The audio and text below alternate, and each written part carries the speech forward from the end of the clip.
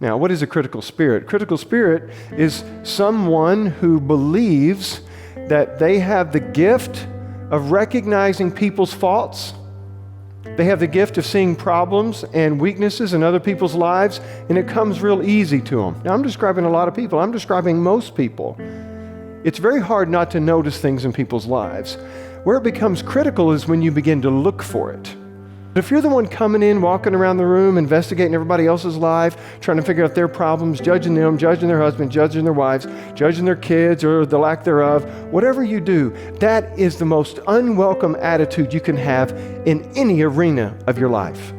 It does more damage, it causes more problems than anything I can think of. This Pharisee judges Jesus for something he legally could judge Jesus for.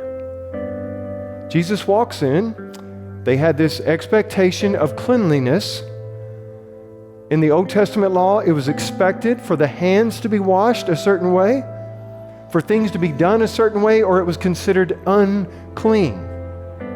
But their first instinct isn't, maybe he washed before he got here. The first thing isn't, he's a guest. It's okay. Sometimes people forget. There's no benefit of the doubt. There's no, let's respect this guy. The very first instinct is, somebody's not doing it like they're supposed to. Does that sound familiar? A lot of us believe that the things that people are doing, we know better. It's not about whether you know better. It's not about whether I know better or the person that's doing it to you knows better. What matters is you think your opinion matters. We are the most opinionated people in the world. Right now, you can drive through Sycamore with your Yelp app on, if you get Yelp, and you can go through and read the opinions of people you will never meet about restaurants, stores, how many stars they got, what they liked about it, what they didn't like it. We've created this atmosphere where you have the legal right, I would say legal expectation to judge everything. Our opinion matters not. No one is asking what we think about the world's problems. No one wants to know how you can tell them how bad they're doing. No one wants to know that. It's not our job to walk around with a plank in our eye trying to pull splinters out of someone else's. It's not our call. And it's exhausting to try and do it, because I don't know about you, but people's lives are jacked up. It takes no effort to find fault with somebody. None. It's so simple. It's so easy. How did I get to know him? It sure wasn't because of somebody's critical spirit. It sure wasn't because of judgment. It sure wasn't because someone pointed out every fault I had in my life. Matter of fact, it was quite the opposite. The most lovely, kind person that I'd met up to that point in my life, who had every reason to judge me, every reason to run from me, did the opposite. Embraced me for who I was, did not give me advice, but gave me good news, and it was life-changing. Life-changing. You see, Christians know God through Jesus. They're saved in the sense of they're safe, but they're still destroying things. They're still tearing things down and still tearing things up. To them, it's no big deal. And how is it killing people? How is it destroying lives? Verse 44, woe to you, for you are like unmarked graves, and people walk over them without even knowing it. What he's saying is, you have a responsibility now. You see, because you've been rescued and you've been taught how to swim, that doesn't mean you go build a nice little cottage on the beach and point out all the people that can't swim. You see that? That's the difference. You've been rescued and brought in and taught what mattered. Now you know how to swim. You swim your little self back out there and you bring somebody back in and you show them. See, but the critical spirit sits on the beach and points out the weaknesses of others. He says, you're killing people. It's strong language. So much so that he used the example of an unmarked grave.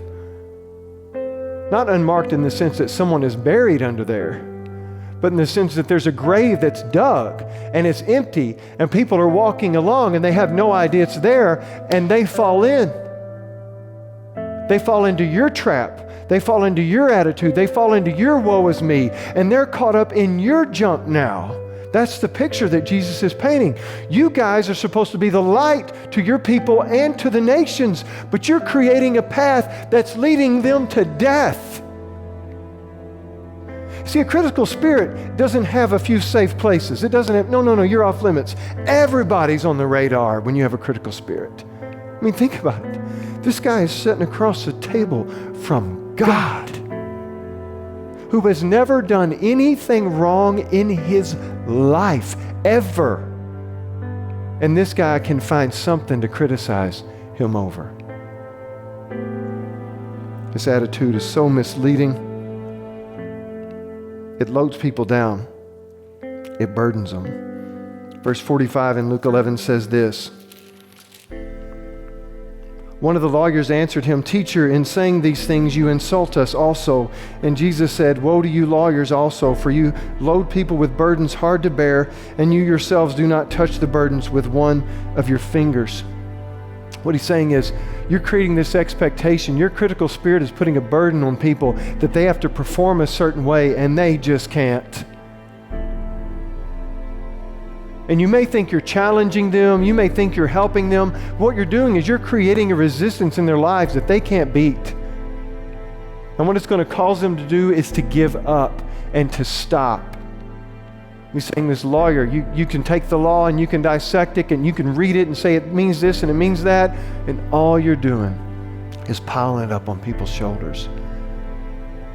You see, and they're talking to the guy who's not piling up burdens on people's shoulders, but he's the guy who's getting ready to take all of it on his, every single one of them. Not even the burdens, but the burdens and the sins. All the expectations from God, Jesus is taking them, and all the punishment from God, Jesus is taking that as well. That's why he's full of grace and truth. And that's when he says we should be full of grace and truth. Our goal should be to try to remove as many things from people's lives as we are trying to create them. That's our job. So it's not even enough to say, you know what, I'm not going to have a critical spirit anymore. Great, but what are you going to replace it with? Are you going to replace it with grace and truth?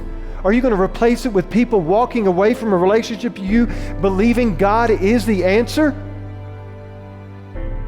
You see, because if we have a critical spirit, no one can see Jesus in that ever. It's not him. I knew this older gentleman one time that helped teach me a lot about church, and he said, you know, Pastor, he said, you talk a lot about not judging people. He said, I agree with you, but that doesn't mean we aren't supposed to be fruit inspectors. I said, no, take your inspector hat and stick it somewhere, buddy. That is not our job. It is not our job to go around pointing the finger. Maybe some of you were raised in a church like this, where the only thing that was truly magnified were people's faults. Those got pointed out, those got pushed out, those got magnified, and not the glory of Jesus Christ. There's not one person on this planet who's been redeemed because someone pointed out their faults. Not one. Not one. Not one.